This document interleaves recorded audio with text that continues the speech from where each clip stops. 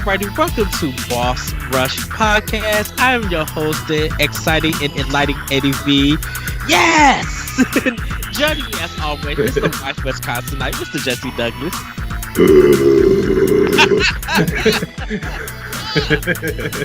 And of How's it going?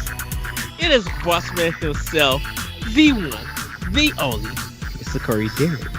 Hello, I'm happy to be here. It feels like it's been, first of all, it's been a really long week. But second of all, it feels like it hasn't really just been the three of us in like, I don't know, what feels like 6 months. Yeah. It's probably literally since only like before quarantine. Yeah. I mean, don't get me wrong, I love everybody that we've had on. Yeah. I want to keep doing everything that we're doing, but sometimes it's just like, I feel like we need a new podcast where it's just us three. just throw it out there. That's kind of how we was when we did the just on the spot power block. It was just us two, and we just like, we don't really have nothing planned, but here's two stories. Okay, here go a long show. Yeah, no, I know. And that show ended up being almost 2 hours long. So, but like, you know what I mean? I'm glad it's us. You know. I'm glad it's kind of, this episode is kind of back to us, just kind of laid back, hanging out, talking about games, hanging out with people, watching, and, you know, see what happens. I retweeted the what you put out, Corey, and I was just like, come join us and like have lunch. Like, let this be a midday hangout. Like, wherever the weather is, if you're stuck in the house, if you're cleaning, or if you just like driving, if you got us on the car driving and stuff, like really chill and have a good time with us. I actually went to McDonald's and got a Big Mac because I was just like, when I need to go get lunch. Talking about having lunch and everything. But yeah, everybody, we're gonna really kind of have just a really cool laid back episode. We're gonna be talking about what we've been playing. We're not gonna really be news heavy. I will say though that we'll probably be turned back to news next week. Because like there's still a lot of digital events coming on. Like we just had limited run game show. Is it next Jesse, the one that me and you watch, or is it Nikon? Oh, Nikon, is it Nikon or something like Nikon. that? Yeah, they have. I will I will recommend everybody go watch that one because they did a fantastic job. Me and Jesse was like not live chatting, but we were like messaging each other about it, and there's just like so many great fantasy and sci-fi games and stuff that really piqued our interest. I'm like, yeah, I need to get that one. Yeah, I need to get that one. And I think what we really appreciate about it, once again, that we mentioned about Microsoft, hopefully we see this on the 23rd, is that it had a great flow to it. Yeah. And I think that's one thing that would just like take heed, Microsoft, like flow. Have a nice flow of games, and if you want to have developer talk, don't let it be so corporate. Let it feel natural, even if you got to edit this much. Like really make it feel natural. Their time management was on point. Like they, you know, like I had said to you in the chat that, like, you know, they did all the things that EA needed to do. Like with EA, like it felt kind of sluggish, and like at times like maybe some of the stuff they were talking about either wasn't informing enough, or it just felt like they were just trying to like eat up time or buy time and not really saying anything. Like, I mean, I think they did a good job with you know, the stuff for the Rogue and the Rogue Squadron or whatever game. Yeah. But I don't know, man, like that when they started showing all those like assets for next gen, I'm just like, what are you doing? This is nothing. Like, you might as well have just held up a picture your kid drew and say, this is next gen. Especially like the motive game that they were talking about with that character with the giant sword that was literally just running on these big gray blocks.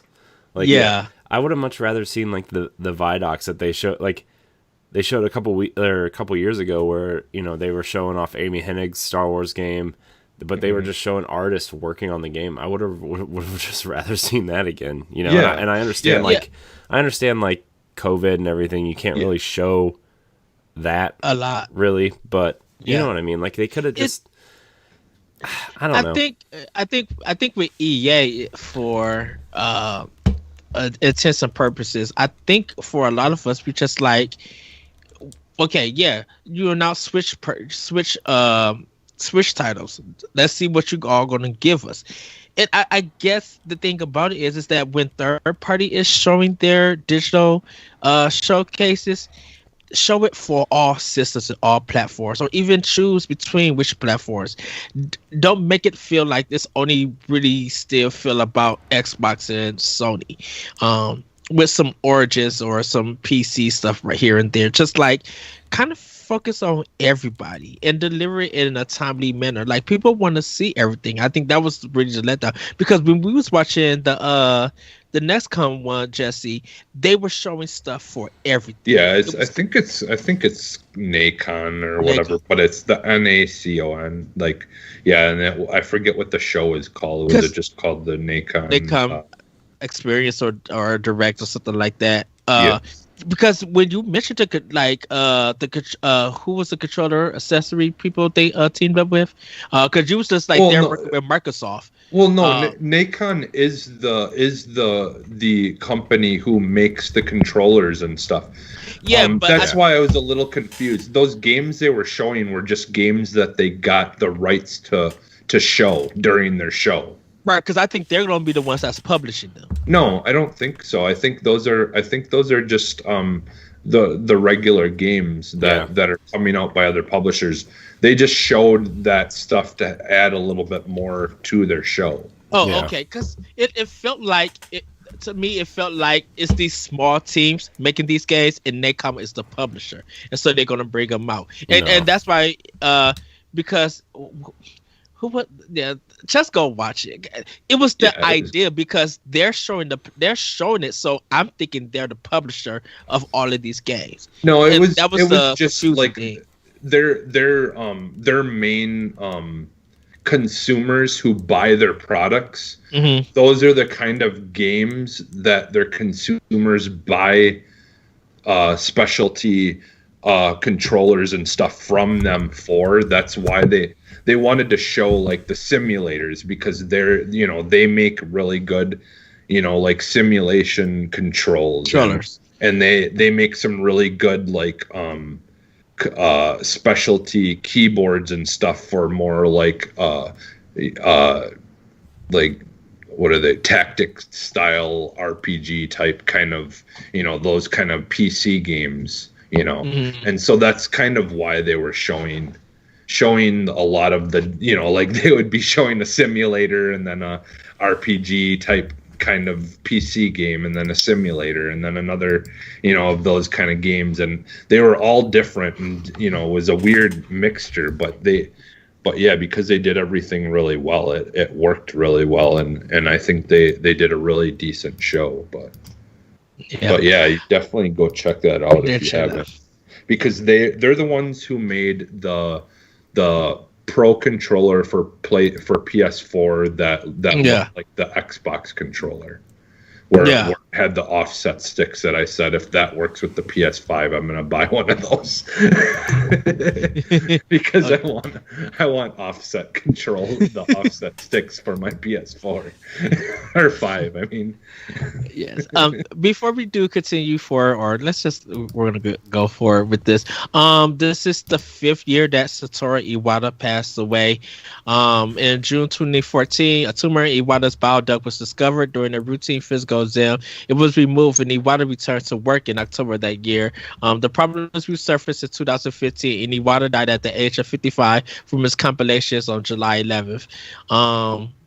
There was a lot, because he wasn't there at E3, but I think that was the year they did the puppets. So that was kind of like his last representation of E3. Physically seeing him was, I believe, that that past year E3 2014 with the Smash one. I think that was it. Um, but yeah, it today where if you guys are watching this live, it has been 5 years that he passed away. So happy Iwata to you guys. Happy Iwata to everybody who's watching. And I say happy Iwata Day is one of the things that I personally like to celebrate. Because like yes, he was a developer. Yes, he was the president of Nintendo. And I was talking to myself, and I normally do that sometimes in the car, that I'm like, that he kind of changed not only Nintendo, but I think he changed a lot in the gaming industry. And like, he's the idea of being positive. You know, even when Nintendo wasn't doing good, he took that pay cut. You know, and it was always something about him that when you seen Iwata, whether it's him holding the bananas or him coming out doing the Nintendo Directs and talking and stuff, you feel like this is the best friend. And everybody paid attention. And regardless of you like the actual director or not, you cannot deny his presence did something. And it was so positive. So like, regardless of what game you play, normally I say go ahead and play a Nintendo game or a game that Iwata. But I'm like, in general, everything that he said and represent about games, and definitely with him being a CEO and everything, it's just like he's a gamer at heart. And when you're a gamer at heart, that kind of shows your passion that yes, this is a business, but we want to deliver entertainment. And in a sense, that's kind of how Phil Spencer is that you see him as a gamer. He has a passion for games. And regardless of how you see Microsoft and their ecosystem stuff, you cannot deny that his presence and his word, when he's doing an interview, people listen because he has a lot to say. And I think it really shows that he really cares about games. It just wants everybody to be in a positive space to enjoy whatever they want to enjoy. So I'm gonna hand it over to you guys. Like, do you have any words about Iwata or just any words about being positive in gaming? Well, for me, like, you know, like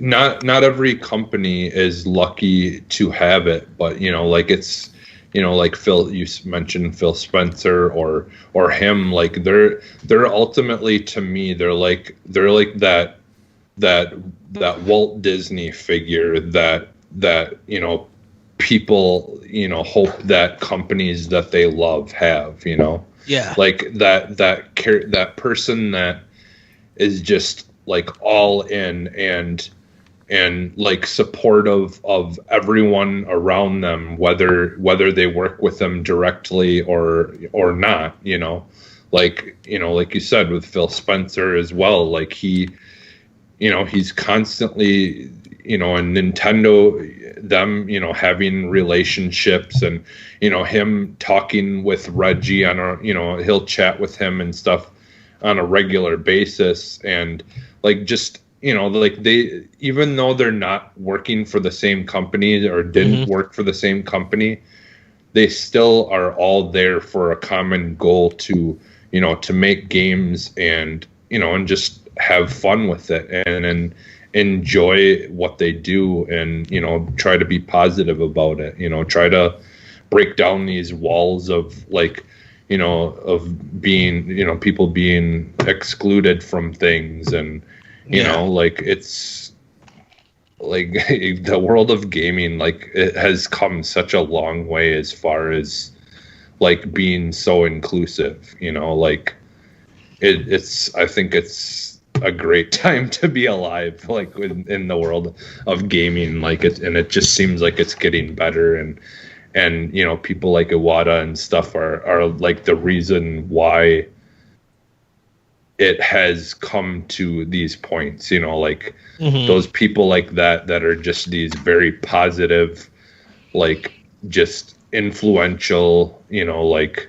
people that you can look up to and appreciate, and, you know, a lot of times they don't act like they're better than anyone else or, you know, or anything. Like they genuinely care about the people that they're working with and stuff like that. And, wanting to see everyone succeed, even people that are maybe working companies outside of theirs, So, Yeah. What about you, Corey? I mean, it's weird because like we always talk about how influential Nintendo as a company has been, but I think it really is kind of understated how influential Iwata was in particular. yeah. And I don't think a lot of people really realized how influential he was until he passed away. And I think, with the Wii and the DS, obviously those were hugely influential in the world of games. And then, yeah, maybe the Wii U wasn't as influential, but it was the stepping stone to what the Switch is. I still feel that way. We talked about that before the Switch even came out, Ed, on Pal Block when we were doing the show way back then. Like, I think the Switch is the ultimate realization of what they wanted the Wii U to be, and it just wasn't. In terms of, and maybe you don't get that second screen experience the way the DS or the Wii U worked, but Yeah.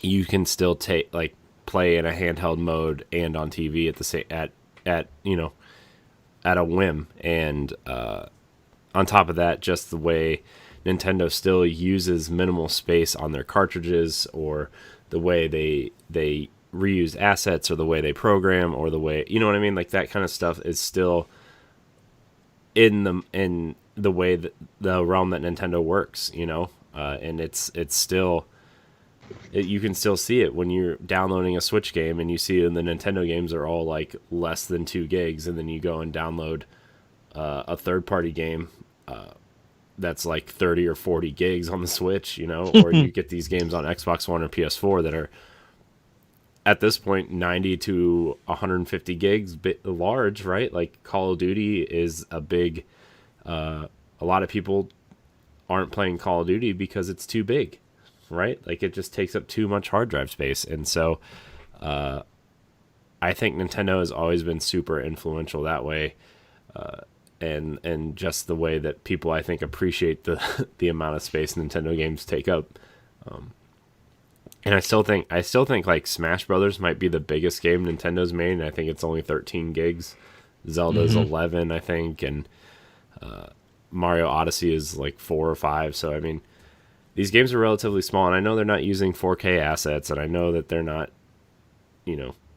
super detailed assets to an extent, but like they're still pretty big games. Mario Odyssey and Zelda are not small games. So I just think they're really smart about asset creation, about reusing assets, changing assets up slightly so they can kind of use their memory other places. And we talk about Pokemon a lot, where he actually really reprogrammed Gold and Silver to include Red and Blue again on those cartridges. And I think that was really influential that way too.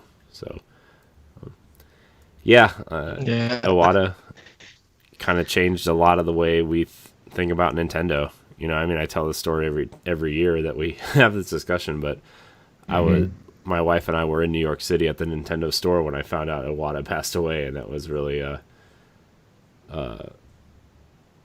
it's a memory I'm never going to forget. So like I said, I was in my friend's car crying, like literally crying, and we was going to Fridays. I was going, I had me a good couple of drinks. I ain't gonna lie. But I mean, I wasn't tore up on the floor or anything, but it was just like it really hurt me because I've not so much a celebrity or anything like that, but like I've never cried over even someone I don't know like I did Iwata. And I think it was just like, okay, this is Nintendo. This is my love and passion for Nintendo.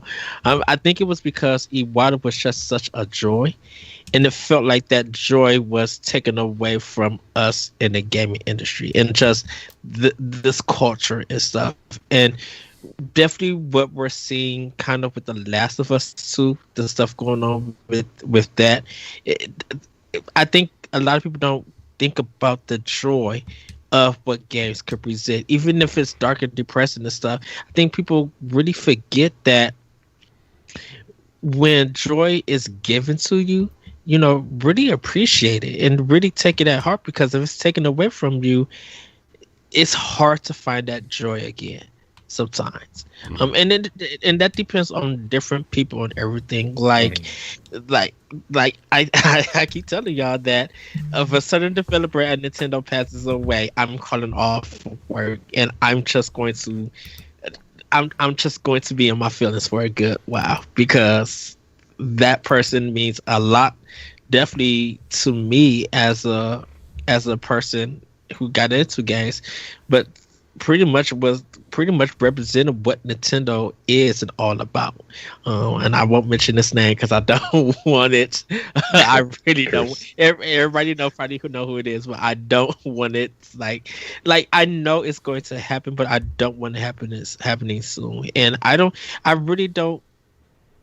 I know people have their ideas about this particular person, but I'm just like, you got me into gaming, and you are the reason why I talk about Japanese games, or I play wacky games, that I do podcasts, that I write stories, and that I nerd out with you guys and anybody else who wants to nerd about various games. It was because of this person getting me into games. I'm like, literally, if I didn't have video games because of this person, I don't know what I would be doing right now. Probably see a background somewhere, but this particular person is the reason why I got into games. And Iwata, Iwata was like, he was the face of Nintendo Direct, and he was the reason why, when people thought it was weird and stuff, but it worked, why now the importance of Nintendo Direct and these digital presentations, why they matter and why we love them, because we all get to watch along. It can be edited in a way that it makes us happy, and we still talk about it and stuff. Well, my one thing about, people do say, that the good thing about the Nintendo, shows are that they're weird and wacky. But the thing is like, if you're familiar with Japanese culture at all, you'd realize that that's just normal. That's how things normally are there. And it, like, very easily they could have tried to make something that would, seem normal to us, and try to appeal in that way. But that's the great thing about Nintendo, is they're unapologetically themselves, and that's why people love them so much, is because they're not afraid to advertise the way that they would there in Japan. Yes. And they're not afraid to say, we don't really care what the other companies are doing. We've got our way that we want to do things, and that's all we're really, we're not going to waste our energy on wondering what everyone else is doing, and that, chasing after a trend. Yeah. And I feel like, Xbox has kind of been going in that direction of just trying to focus their energy and not waste it on what everyone else is doing. Try to focus on what you're working on. And they've kind of been forced to, because they, with not having a lot of exclusives and stuff like that, they've really been having to focus on them. And this is the thing about it, and you guys might agree or disagree. The stuff that Nintendo went through with Wii U, GameCube, and 64 and all of that stuff. When people thought Nintendo didn't have it, and then they bounced back with 3DS and DS, and over time they bounced back. When PlayStation 3 felt on hard times, and people were getting on Sony because 360 was selling so well, Sony was working to build themselves up, and they built themselves up into excuse me, to with PS4 and its success. Well, and because the PS3 ended up outselling the 360 by the end of it, didn't it? I think 360 still sold more than PS3. I think people at the end of it was getting PS3s because it was getting cheaper and stuff. But 360 was still like the leading platform for Microsoft at that time.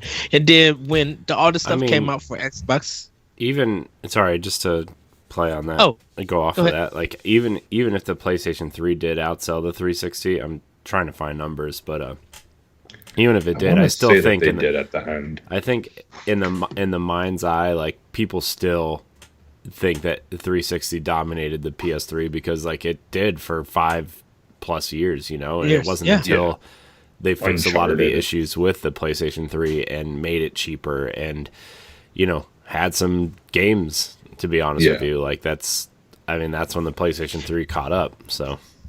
Yeah, and now with Microsoft having not Xbox One being like the leading platform, and people, all the stuff that came out and everything, and looking at it and the stuff, this was Microsoft downtime, like kind of hard time and stuff to rebuild, to be better, and they've been working on that, with all of their services and everything, and it looks like Series X is going to be the rebound in a sense. Like Nintendo rebounded with Switch, PlayStation rebounded with PS4. I think Series X is going to be Microsoft rebound, and I feel like while we're moving to the next generation, everything is on the play field. So it's not going to matter who outsells who. We all have these platforms, even with PC.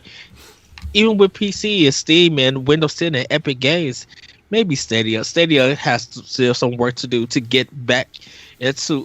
Stadia has to get to where it needs to be, and Google has to make sure that they dedicate time and get games to get to that level. But that's a whole nother thing.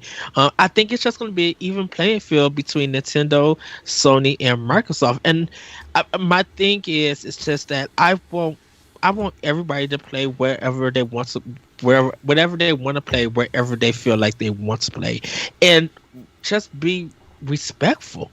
We have our motto, play games, be better. And I feel like we all could play games on every console and be better, congratulating or celebrating games on different consoles that might not be on their personal platform. Like if a game comes out for Nintendo and you are a Sony fan, congratulate Nintendo on the successful release, regardless of what the reviews are. Same with Nintendo people doing it to Microsoft and to Sony. If a third-party game comes out for them, congratulate them if they are successful in everything, because it shows a different vibe in a different way we view games and attitudes. Because I mentioned earlier, like the Last of Us Part 2 is the controversy and everything and how stuff is being handled is kind of sad. It's saddening. It's definitely disgusting, and it's very saddening. I'm like, we have tried for years to get away from this behavior, and we don't need to go into the next gen with that behavior. We just don't.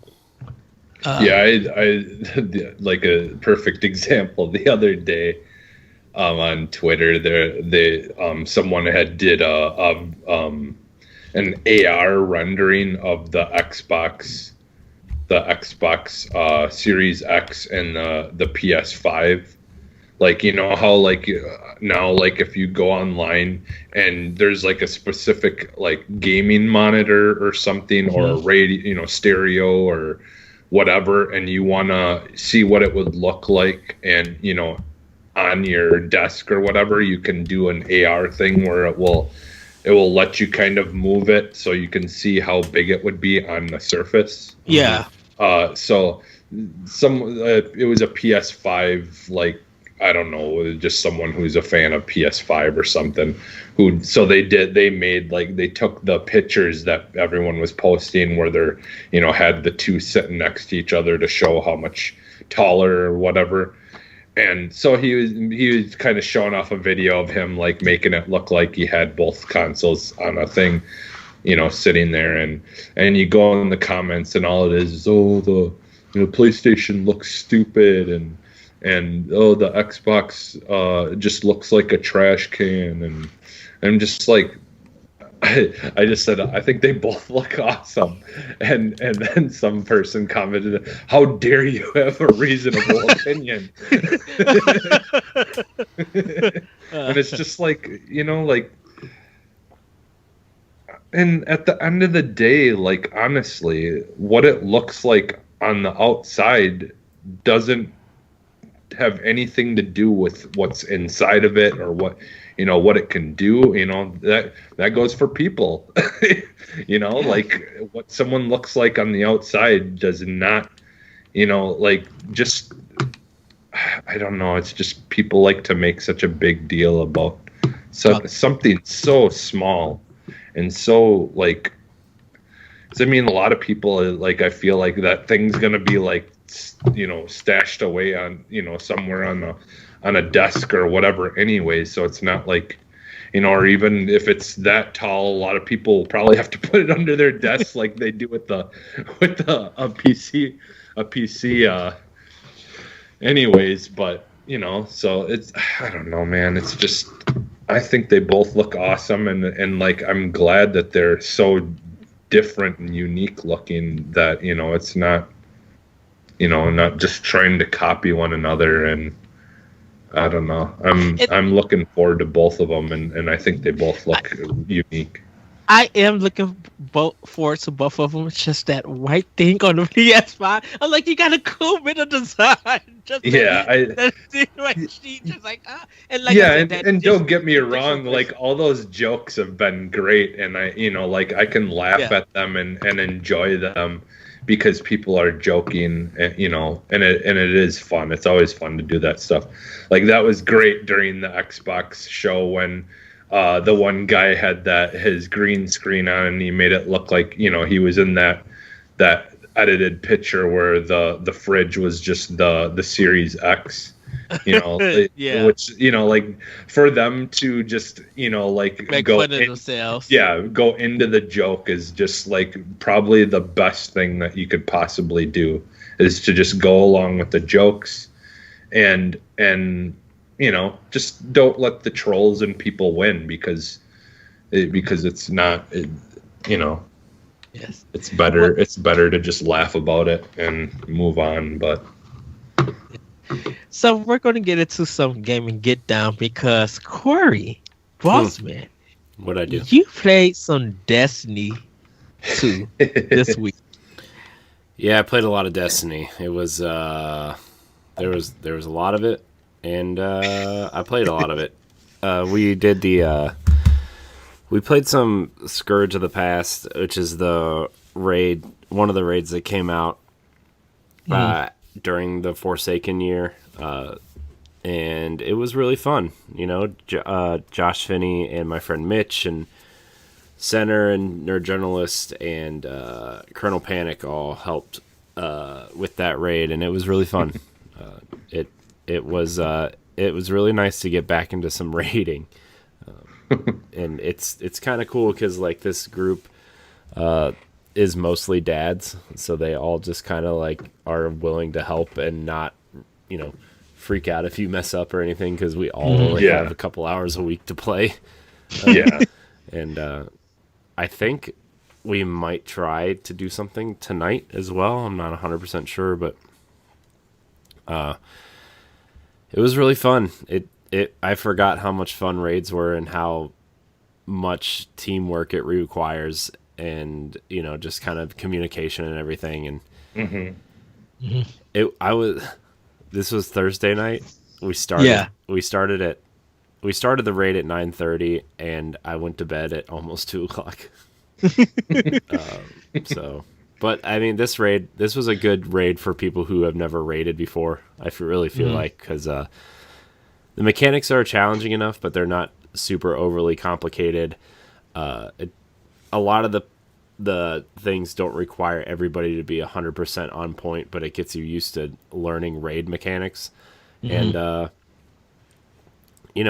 think if anybody who hasn't raided before wanted to raid, this would be the one to start with. So yeah, I've other than never. that like thing that we were trying to do all the jump stuff to run to the end, I think that's the closest thing to a raid that I've done. yeah, and a lot of that stuff is not even like that is hard, but that would be more of that's just like a challenge. It's not even Yeah. like there aren't even really raid mechanics in there. I think the closest thing to a raid mechanic in that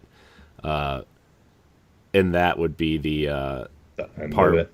where the robot chases you around the room and Oh, you have okay. to hit the levers and stuff. That would be like Yeah. the closest thing to a raid mechanic in there. Yeah. But this is like, okay, you have to we separated into 3 teams of 2. Like this is the very first thing you do in this raid. This is just to get into where the raid actually takes place. Yeah. You have to there's like this big map on top of this building, and Josh and I were on top of I was the protector, so I was like covering Josh while he was reading the map. And then the other 4 people in our group teamed off into 2 teams of 2, and you had to deliver these orbs to very specific points on the map, and they were timed. And to get the orbs, you had to punch this very specific enemy at the same time, one on his back and one on his front, and you had to hit him, and then he would drop the orb, and then you had to carry the orbs to the point and then come back with another set of orbs and dunk them into the container that was up by the map. So it was like Josh was calling out, okay, you need to go to point 2, team 1 go to point 2, team 2 go to point 4 or whatever. And like before the encounter started, we all kind of walked around the map to see like, okay, this building here is point 1, this little crevice here, this is point 2, this apartment complex is point 3. Like, you know what I mean? We had to like, it was really Strategize. Yeah, it was really like, oh man, I can't believe we get to do this again type thing. Having stuff planned out, and I think that's what is great about multiplayer. When you got a big team like that, everybody's working together. Yeah, you know, that's a lot of. I mean, the tat. Go ahead. Oh, I was just gonna say. I mean, a lot of people like the PvP stuff. Like Trials of Osiris is a big thing that people like, where you have to work as a team to fight the other team, obviously. But for me, and I think for a lot of other people, like the PvE stuff is the stuff that draws you into Destiny, and the raids are. This just solidified that the raids and the dungeons and just the little side puzzles are the best parts of Destiny, where you have to work as a team and you all have to be on point and you all have to communicate, and that is the best part of Destiny.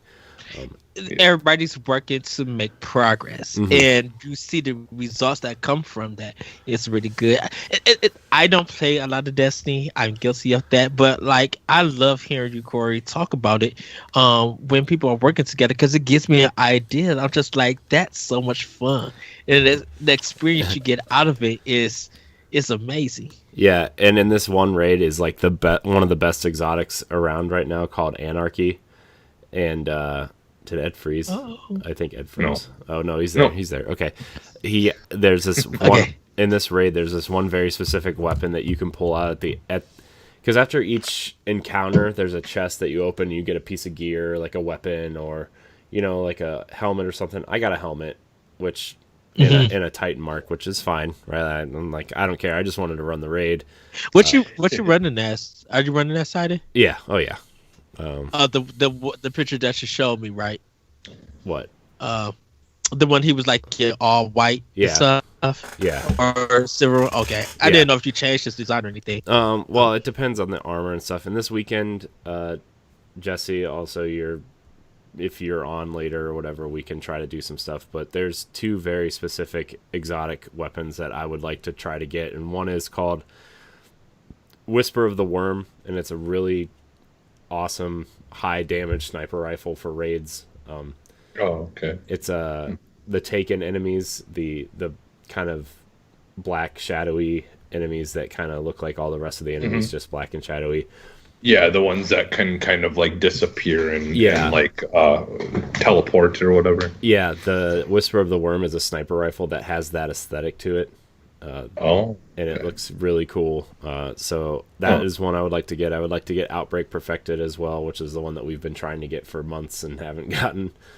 Yeah. Which Josh said he would help both of us get it, and my friend Okay. Mitch said he would help too. So I Okay. don't know if we have to like run separate teams because they're way higher light levels than us. So it would probably be smart for us to go with them, like one of us to go with them, and then the other one go with them. Yeah. So that's, man, Destiny is a.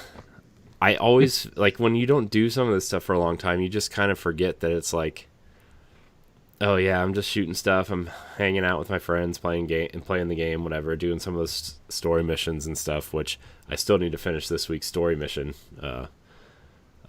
because this season every week there's a new story mission that you have to Yeah. do, or you're not getting the story. But yeah, we're gonna try to run all the raids for the rest of the year.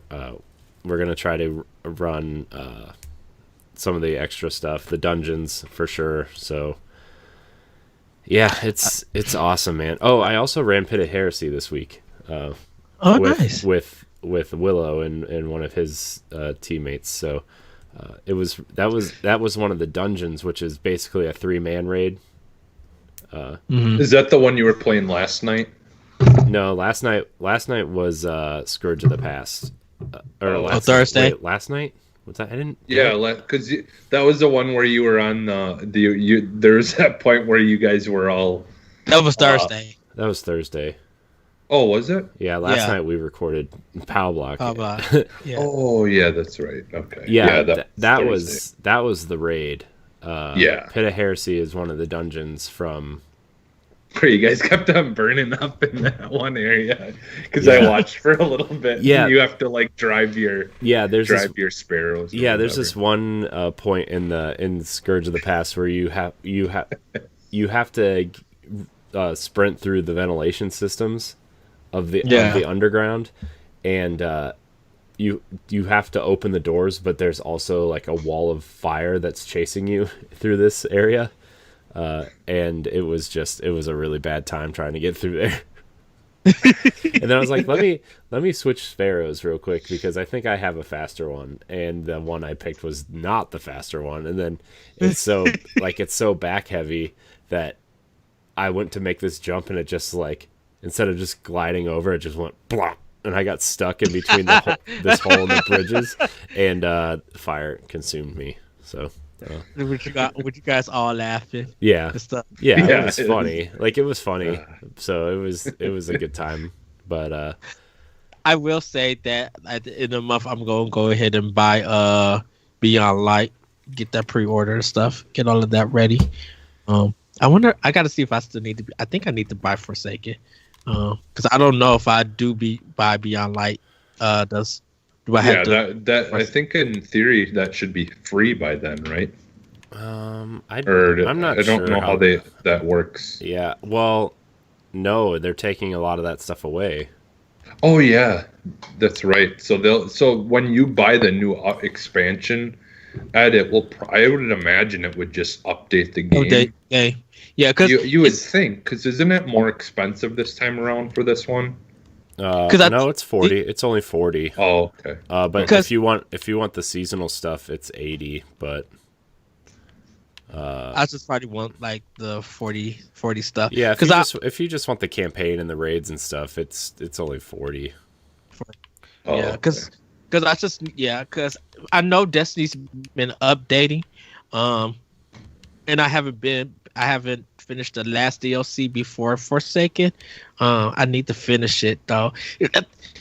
I think the problem I was having with it is that it doesn't give me good direction. Like navigation stuff, I have a problem with the navigation system in Destiny. Like there's no arrows or anything that leads you on what your next thing needs to be when you're doing a mission. It's very weird because I'll play it and I'll be at a point and then like it won't say nothing, and I feel lost. And I'm like, did it bug out or anything, or I just don't know what's going on. Yeah. Yeah, I think they've changed a little bit of that, but like, because now as long as you highlight like whatever objective that you want to do, you highlight, you know, like you click on it to make it the main like goal that you're following, and then like it should show you like if you're in the map and there's a certain place you have to go or whatever, then you highlight that place, and then it will like illuminate a little like marker that you just try to drive towards, like you try to just basically maneuver your way towards wherever you need to go. But like usually, yeah, if you're following like something in your objective like menu part, it usually will have an icon or something on the planet that you need to go to, and then and then from there then it will kind of show you where you need to go, and then you just can drive towards basically that icon. So it doesn't like do like the whole like waypoint, like like some games where like it literally has like arrows on the ground that show you how to get there. But I feel like for the most part it's not too bad. And like there is just one thing too, like Corey talking about rating and stuff like that, and like him explaining how the rating and stuff in Destiny is like what you really look forward to. I think that like just thinking about it like that's why Siege was so like why I still love Siege. I don't play it as much, but I think that's why I love that game over everything else so much, is because it was more than just shooting things. It was, you had to, like make sure you're setting up equipment here, and like you really had to actually work together to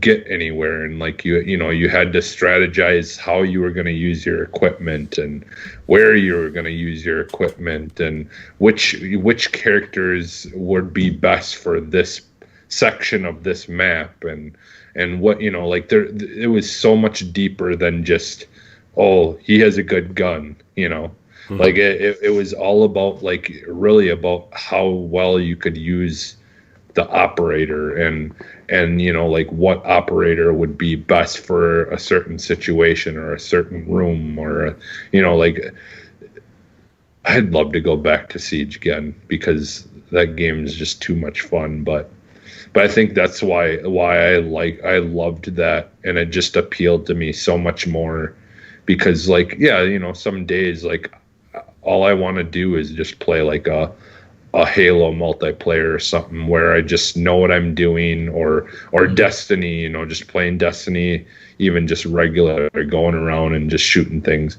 But I'm glad that there's games like like the Destiny rating stuff, or like Siege, like that give you a much deeper like experience than just the basics of just shooting things or whatever, and trying to have more kills than someone else or whatever, like that's since things like Siege and stuff and Destiny and things like that, since I've gotten into that stuff a little bit more, I've honestly like less and less have I cared about the Call of Duty multiplayer stuff, and I honestly now it's gotten to the point of where I care more about the campaign in Call of Duty games, because I don't necessarily like depend on the Call of Duty games to be where I go to play multiplayer as much anymore.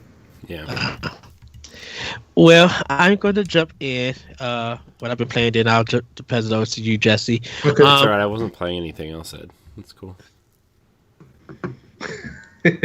Destiny was a big thing that you played. It was. Did you play any Okami? No, I did not. No, Corey has not even started book club yet. I'm just like, oh wait, that's unfair. I started everybody else's book club thing. Why can't no one start mine? I'm nobody like likes two and a you. half hours in. I'm just kidding. I'm just kidding. Just kidding. Haha. Lol. Are you ever going to start Okami? I will. I'll get there. Are you sure? No, I'm not sure. No, no, I'm gonna get there. No, I was just gonna say that I was also playing a little bit of River City Girls, which is really fun. Side scrolling beat 'em up. So that's all. Sorry, Ed. I keep forgetting that. I'm like, oh, he talked all about this on Power Black. I'm like, oh, I forgot we did Power Black yesterday. The episode's not out yet. Well, I'm okay. So for me, The Last of Us Part 2, I'm giving it to this Wednesday. If I do not beat this game or this game don't end by Wednesday, by me playing hours upon hours, I'm shoving it. I'm gonna write the review and I'm gonna have it out because I need to be ready for Paper Mario and How Ghost of many Tsushima. how many fake endings have you been through yet? I've been through 6. I've been hearing people talk about how it's just like after like the fourth fake ending, people are just like, okay, I'm ready for this game to be done now. Like you've tricked me so many times at this point that it's just frustrating. They do so many time jumps and exception moments, and it's just like, come on, all of this stuff is not necessary. Let me get to what I need to get to and finish this game. Yeah. Well, and but a lot of people say though, like that the ending is it paid off. I mean, so I'm hoping that's the same for you, that you do end up really enjoying the ending, because like, you know, it's a shame. It sounds like an amazing game. From what I've heard, I personally, it's not something I'm interested in, but I mean, who knows? Maybe someday I even give it a try. But it has its horror aspects, and technically it's very beautiful and it plays great. It looks amazing, right? That I'm not denouncing. It just gets a little bit repetitive and tedious, and it's just like, let's move this along. Let's end this game. Stop trying to. It's this Uncharted 4 problem and even Uncharted 2 problem that I have, and maybe just an Uncharted problem. Dragging this mess too long. This is unnecessary filler that we do not need. It doesn't make sense. Like, literally, Part 2 could have been a whole nother game, which has Abby and probably her whole adventure, and that needed to be it. You really didn't need Ellie or Joel really in this game. You could have just did Abby, let that be Part 2, and then Part 3 put Ellie's adventure in, and then call it a game, and then end it. Heck, you know, honestly, like, I think what would be really cool for that game, just from like what I've heard people talk about, and like, you know, kind of what you're saying now, is like they should maybe think about possibly doing something similar to the, you know, like the story games, like where you've got like different episodes and things like that. Like they could easily do like a thing where like they could, you know, like they could release a new episode like every week. You know, like after the full game's made, like, you know, like do something similar to that. But it's so long that it doesn't need an episode. It doesn't need no more episode. It's so long it don't need DLC. That's how long this. Well, no, I'm not saying like DLC, but like I mean the game. Like if the game, the way they had it was like episodic almost. It's the way that it feels. At parts it is episodic, but they do that, but somebody in the head time jump to the next section of the story. Someone falls through something, or someone falls asleep, time jump, and they keep doing the time jump thing that way to get to progressing the story. But it's just like, from what they started out with, it's just like, this is good, but a lot of this stuff is unnecessary. You could have told one character side story, and Mhm. then save everything else completely for a whole nother game. Like literally, it's pretty much it feels like the first section is 15 plus hours already, and Yeah. then starting the second thing is another 15 plus hours, and it seems that when you get to what should have been the ending, I think that's another 10 hours. Like this game is ridiculously long, and you just be like, I already did this encounter, why I gotta do this again? Why am I still doing the same beats over and over? Yeah, because isn't there like there's a little bit of backtracking or something It's in it? no, But it's not really backtracking. There's places that is kind of open worldish, so you could go yeah, into a yeah, store and steal some things, or find a code and go to another store and stuff like that before yeah. like the mission even starts and everything. No, So like there's one thing that I heard that's like a little like a tip or a trick that they talked about on I think it was on Beastcast or something, but like no one on the show knew this. Like I think it was Abby had said it that because the whole thing with that game is there's safes you got to open or whatever, mhm. and you don't need the codes to open them. You can actually if you're using headphones, you can hear the clicking noise, and you can actually just figure it out by waiting for the click. Like if you were a hacker trying to hack into a safe without a code. So like and like the rest of the guys on the show are like, wait, what? So yeah, you can actually, if you're using headphones, I guess apparently you can actually hear the clicking noise when the little pin drops inside the safe. So like it's just a little tip or a trick thing that I heard about. That's kind of cool. But the thing about this is that you got to go through like 60 plus some numbers just for that one thing to hear something that's so small.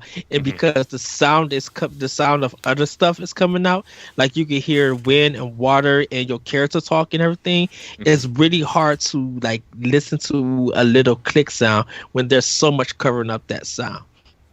So if you can do that, good on you. It's pretty much like if you find a clue a little steps over, if you turn it in the back, you're like, oh, that's the answer, and then you go and solve it. So so that's The Last of Us Part 2. Be on the lookout for a review, probably following next week. And I will fully put my thoughts about it. And I'm going to leave that at there. And of course, Okami HD. I've been streaming it. I played it like it's 5 o'clock this morning. Before I went to bed. Even while texting you, Jesse. Yeah. I was playing it. They're making more progress and stuff. So I'm halfway done with the game. But How I got long is the game about? About now that you can skip some of the dialogue, about 35 hours. 35 hours. Holy crap. Yeah. When it first came out, it was 40 plus. Because you Oh. couldn't skip anything. You literally had to read all the dialogue. It gets shorter. Once you know what you're doing, the dungeons are not too long and there's not too many fights and stuff. It's just like a lot of story plots and dialogue stuff. For That's the thing is like never having played it before. Like I have like no clue like where I'm supposed to be going or like no like and it'll show you hints on what you need to, because a lot of that stuff be like the important stuff is in red and then everything else is just filler and everything. It will probably take you a week to beat, depending on what your schedule is and how much time into it. Yeah, see, that's the thing is I haven't had a whole lot of time to stick into it every day, but I've been trying to like because I've been streaming on my Twitch, playing some stuff. I'm trying to at least 1 hour a day, or 1 hour in a day that I have free time, like try to stream a little bit. And so I'm playing through all the Dead Space games. I'm going to play through all those eventually. So I started the first one, but Did you get those off EA Access or do you own them? I think I own 1 and 2, but 3 I think I have off of EA Access. I don't remember though. Yeah, It 'cause might I be don't- possible that I just got them from that. I don't know if 3 is backwards. Is all 3 Yeah, from no, backwards? all 3 of them. Yep. They are okay. I They're know I all have on- 1 and 2. They're all on EA Access anyway. Mhm. So Oh, That's that's the only right. I reason. downloaded Heat. I yeah, still need to play that again. all of Need the for Speed Crisis Heat's games on are there now. just got added there too. Oh, did they? Yeah, all 3 of them. I just went to I just turned my Xbox on to download them. Oh that man, those remaster- are such good games. That remaster's coming to everything, so including Switch. So on July 23rd. yeah. So I thought they delayed it to September it's a July 23rd. for the Crisis one. Yeah. They delayed that. No, they delayed Kingdoms of Amalur. No, they didn't. I have literally, Crisis also. I literally just read this on Nintendo Life yesterday. Hmm. So unless they delayed Yeah, it in the because last 12 I'm hours. with Ed. I thought Right, I guess because Don't I thought worry, they had- Crisis Remastered is still coming to Nintendo Switch on July 23rd. This was yesterday at 10:55 p.m. Wrong camera. Right. So we're going to get the janky version because when they bought Crisis, when they showcased the first thing, EA and Crytek got a whole bunch of disgruntled people, and they said that we're delaying this game until September. Well, yeah, does it say specifically the remaster is coming? Yeah. Yeah, the That remaster's date? coming. Oh, okay. The remaster is coming. No, I but mean they that's delayed- what that headline said. No, it is said the remaster. Crytek decided, Is it just the decided original? It didn't say September. It says Crytek decided to delay the game by, quote, a few weeks. Oh, okay. So it was supposed to come out, I think, at the end of June. June, So I mean, and 3 they weeks, delayed. 3 weeks is Oh, okay. probably okay for a performance thing. Right, I thought they because I thought they delayed it a little bit further until September. Mm-mm. Because of all the backlash they got.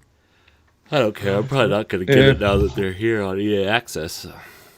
I mean, there's no point, really. We'll Plus, see. plus I have I'm a almost feeling I'm almost out of space between The Witcher and like all these indie games I've been dabbling into lately.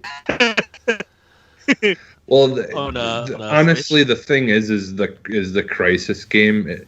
It's not worth playing until the new generation of consoles are out, and if it gets a upgrade, that's honestly where to play it.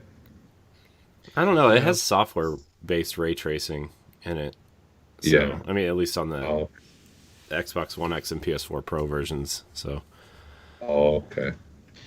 Well, yeah, but that's pretty much what I've been playing. So, Jesse, what you been getting down to?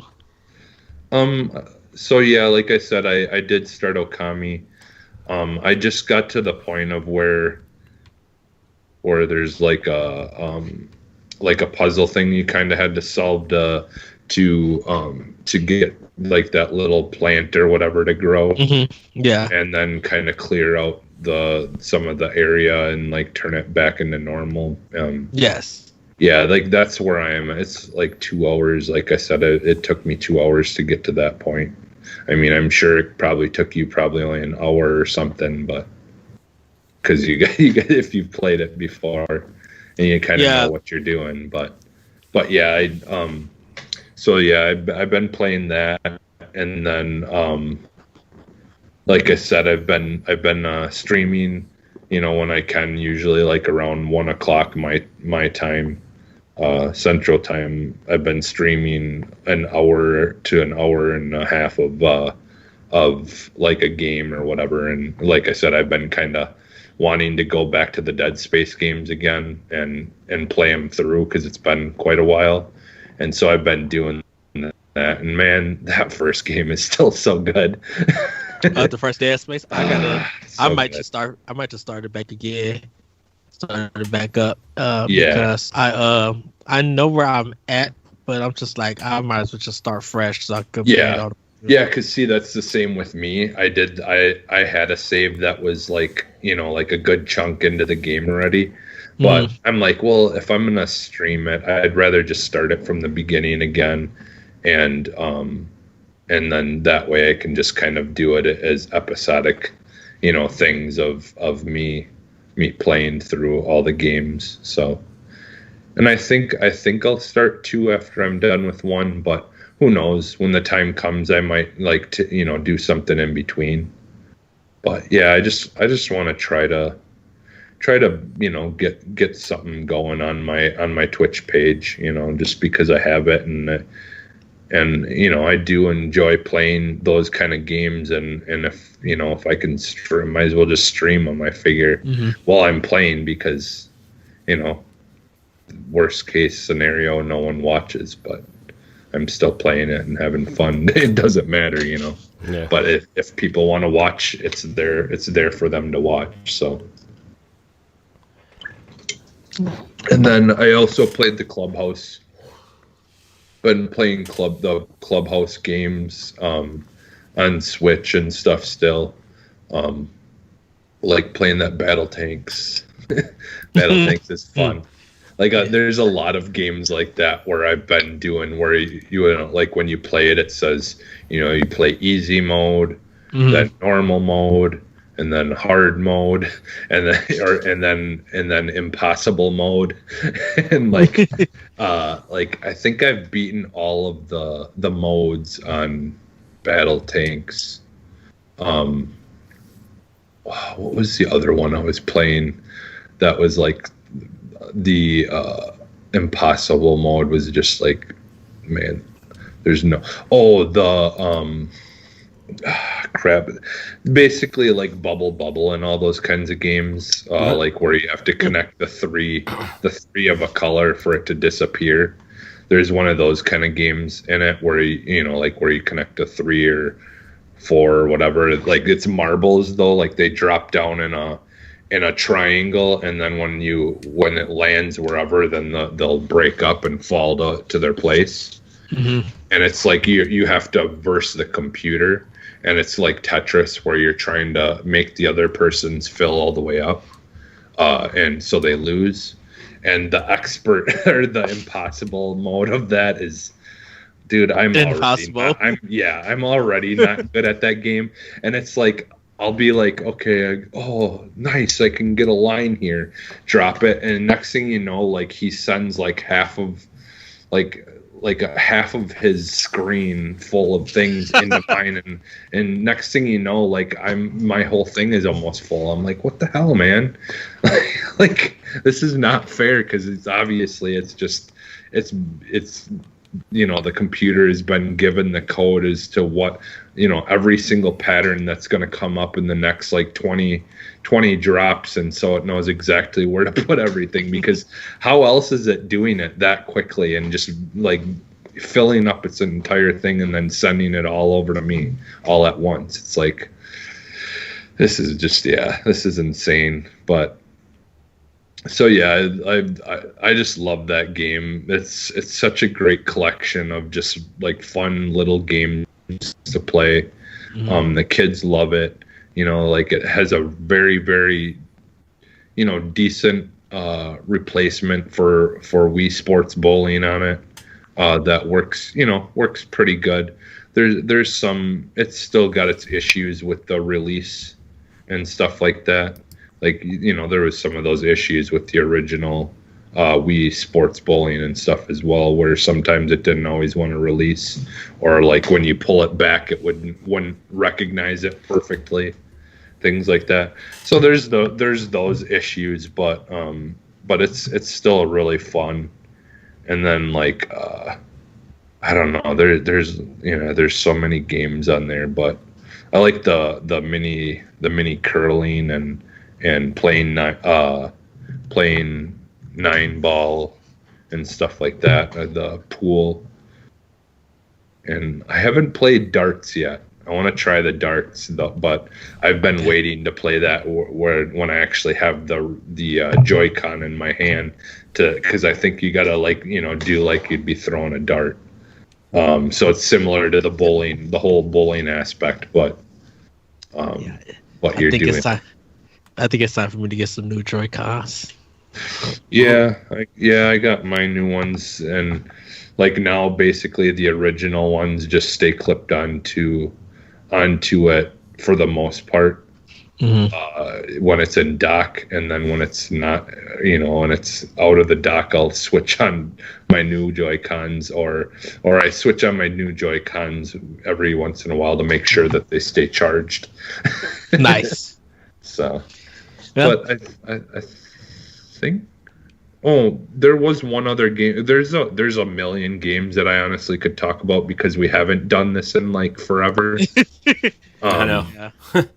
But like I finally, I think I might have talked about this at some point, but I finally wanted to try that Deep Rock Galactica game.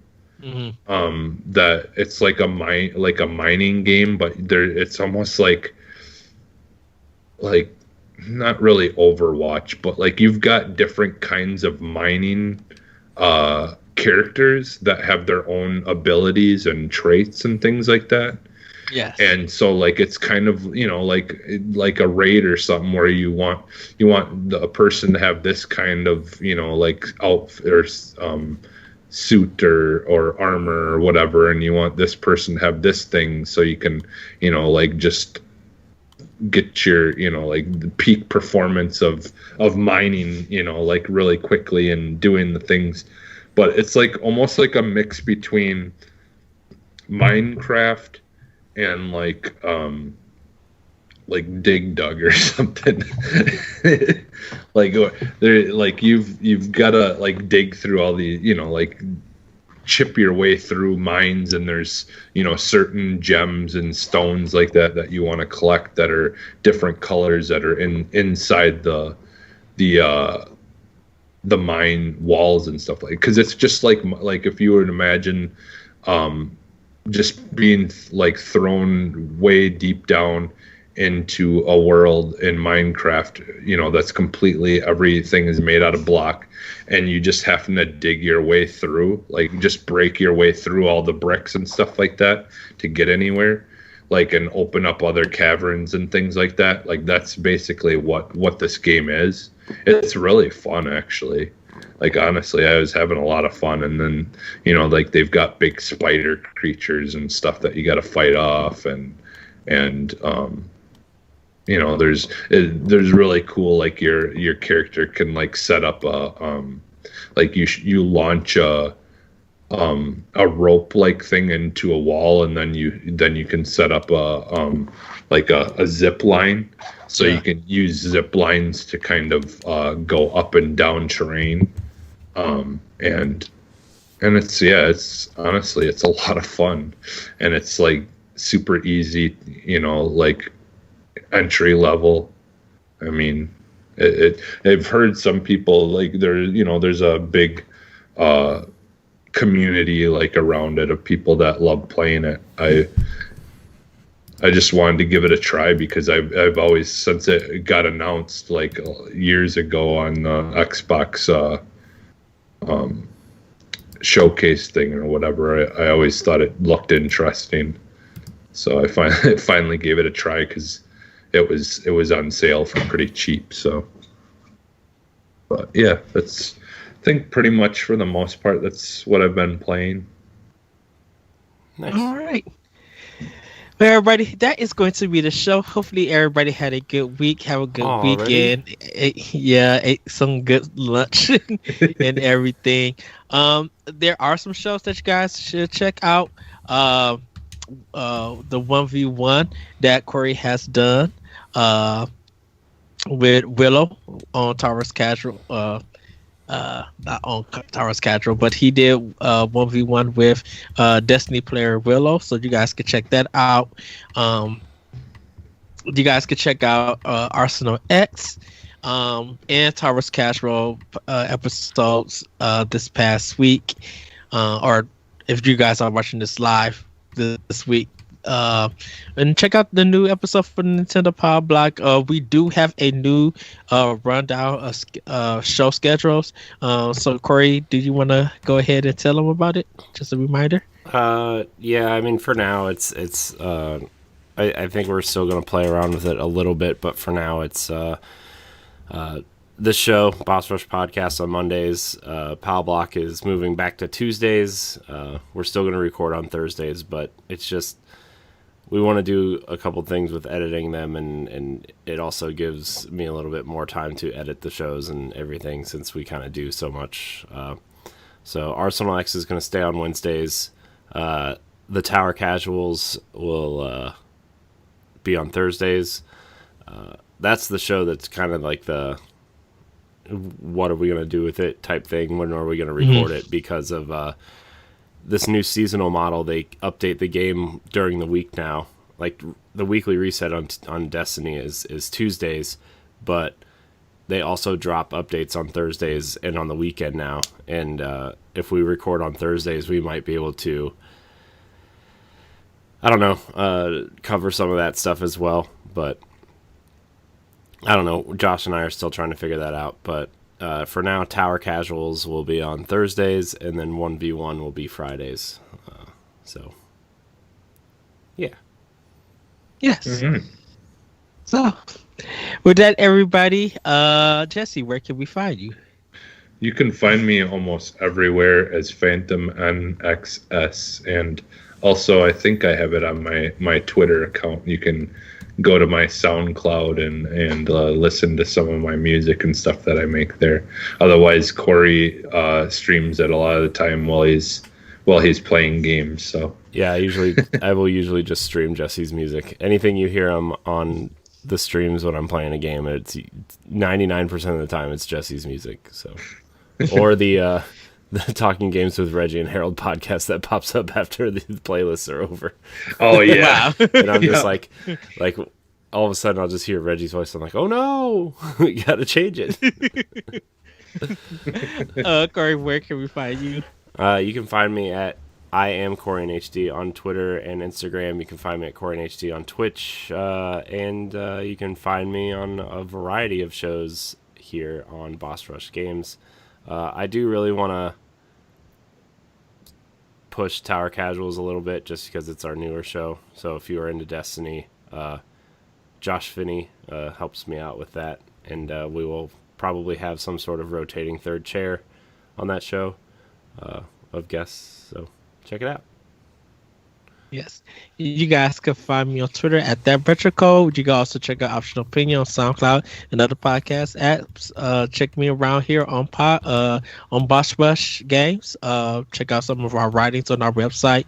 And just check me out on other podcasts here on Boss Rush. Like you'll see me on some 1v1s, Nintendo Power Block, some retro game shows, some pod and plays. Yeah, you'll find me around in that space, I should say. Oh my wow, God, that was scary. I did not expect I didn't mean to do that, but it did. So, everybody have a great week, have a great weekend, and as always, let's continue to play games and be better to one another. With that, we will see you next time on Boss Rush Podcast. Bye, everybody. Bye. Goodbye.